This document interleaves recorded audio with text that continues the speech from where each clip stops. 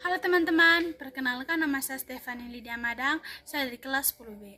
Pada video kali ini, saya akan menjelaskan tentang peran Roh Kudus. Selamat menyaksikan! Nah teman-teman, apa itu peran Roh Kudus? Roh Kudus memberikan kesaksian tentang kebenaran. Dia adalah sumber kesaksian dan wahyu pribadi.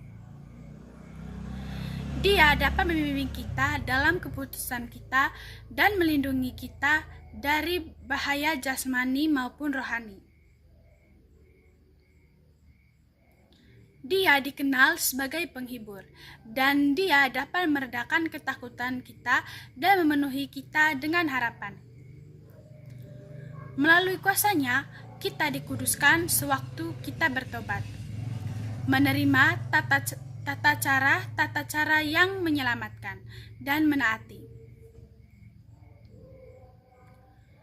Nah, teman-teman, untuk dapat melayani secara efektif sebagai pemegang imamat adalah penting bahwa kita belajar untuk mendengarkan dan mengikuti dorongan Roh Kudus. Berikut Roh Kudus memiliki banyak peran dalam kehidupan orang Kristen. Yang pertama, sebagai penghibur. Roh Kudus menghibur orang percaya dalam situasi sulit dan meredakan ketakutan. Yang kedua, sebagai penolong.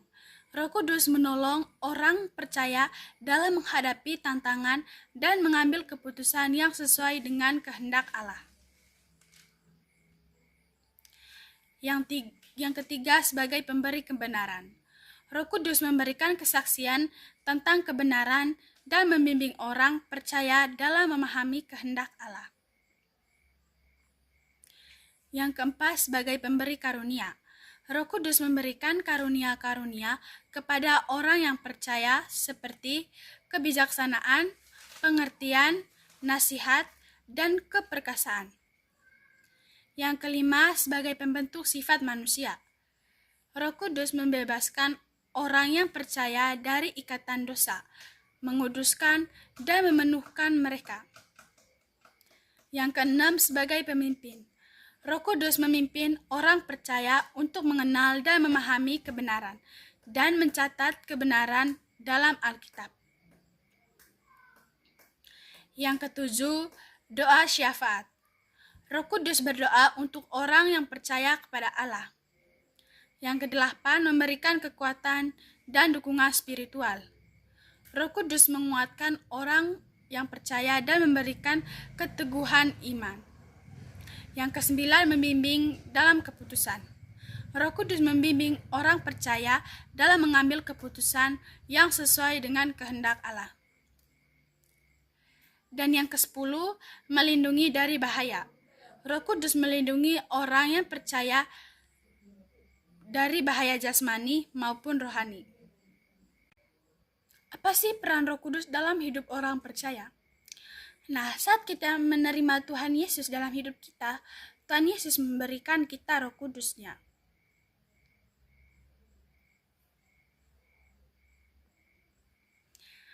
Jadi, peran Roh Kudus bisa kita ilustrasikan seperti kompas. Kompas merupakan alat bantu untuk menentukan arah mata angin. Jadi teman-teman, seseorang yang suka berpetualangan haruslah dapat menguasai kompas agar tidak tersesat dalam perjalanan. Kompas bekerja dengan cara tarik-menarik antara magnet pada kompas dengan kutub magnet bumi. Sehingga kompas akan selalu menunjuk ke arah utara dan selatan arah mata angin. Yang ditunjukkan adalah utara, selatan, timur, dan barat. Jadi teman-teman, sama seperti sebuah kompas yang membantu orang untuk menemukan arah yang benar. Jadi Roh Kudus juga membimbing orang yang percaya dalam mengambil keputusan yang benar dan mencari kebenaran dalam hidup mereka. Sehingga mereka jadi tidak tersesat dan tidak memilih jalan yang salah, tapi bisa terus di jalan Tuhan yang benar. Nah, teman-teman, ada 5 ayat Alkitab yang menyebutkan tentang peran Roh Kudus, yaitu yang pertama, menginsafkan dunia akan dosa. Yohanes bab 16 ayat 8. Dan kalau ia datang, ia akan menginfaskan dunia akan dosa, kebenaran, dan penghakiman. Yang kedua, menjadi penolong. Yohanes 14 ayat 16. Aku akan minta kepada Bapa, dan ia akan memberikan kepadamu seorang penolong yang lain, supaya ia menyertai kamu selama-lamanya.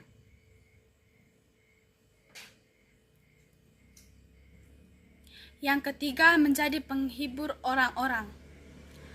Yohanes bab 14 ayat 6. Kata Yesus kepadanya, Akulah jalan dan kebenaran dan hidup. Tidak ada seorang pun yang datang kepada Bapa kalau tidak melalui aku. Yang keempat, menyertai orang yang percaya. Yohanes bab 14 ayat 17, yaitu roh kebenaran. Dunia tidak dapat menerima dia, sebab dunia tidak melihat dia dan tidak mengenai dia. Tetapi kamu mengenal dia, sebab ia menyertai kamu dan akan diam di dalam kamu. Berikut 3 contoh pekerjaan Roh Kudus yang terjadi dalam kehidupan kita sehari-hari. Yang pertama, Roh Kudus adalah penghibur. Roh Kudus adalah penghibur bagi umat Kristiani. Ada kalanya seseorang mengalami momen ketika dirinya merasa susah bercerita kepada orang lain. Padahal mereka bisa cerita saja ke pasangan, orang tua, kakak, adik, atau teman dekat. Tetapi mereka tidak bisa menceritakan secara keseluruhan. Nah, teman-teman, maka dari itu, jika ada kesulitan dan yang bercampur dengan perasaan sedih dan tidak tahu harus mencari penghiburan kepada siapa, sebaiknya datanglah kepada Tuhan. Hal tersebut bisa dilakukan dengan meminta tolong Roh Kudus untuk menghibur. Yang kedua, Roh Kudus sebagai pemimpin. Dalam kehidupan umat Kristiani, Roh Kudus dijadikan sebagai pemimpin yang membawa kebenaran. Hal ini telah tercantum dalam ayat Yohanes bab 16 ayat 13. Pada ayat tersebut, orang yang beriman tidak akan khawatir tentang bagaimana masa depannya, apa yang akan terjadi atau apa yang harus dilakukan. Jika merasa kebingungan terhadap hal-hal tersebut, sebaiknya meminta jawaban kepada Roh Kudus. Nah, hal ini dapat dilakukan dengan cara menghabiskan waktu lebih banyak, berdiam diri, dan membuka telinga untuk mendengarkannya.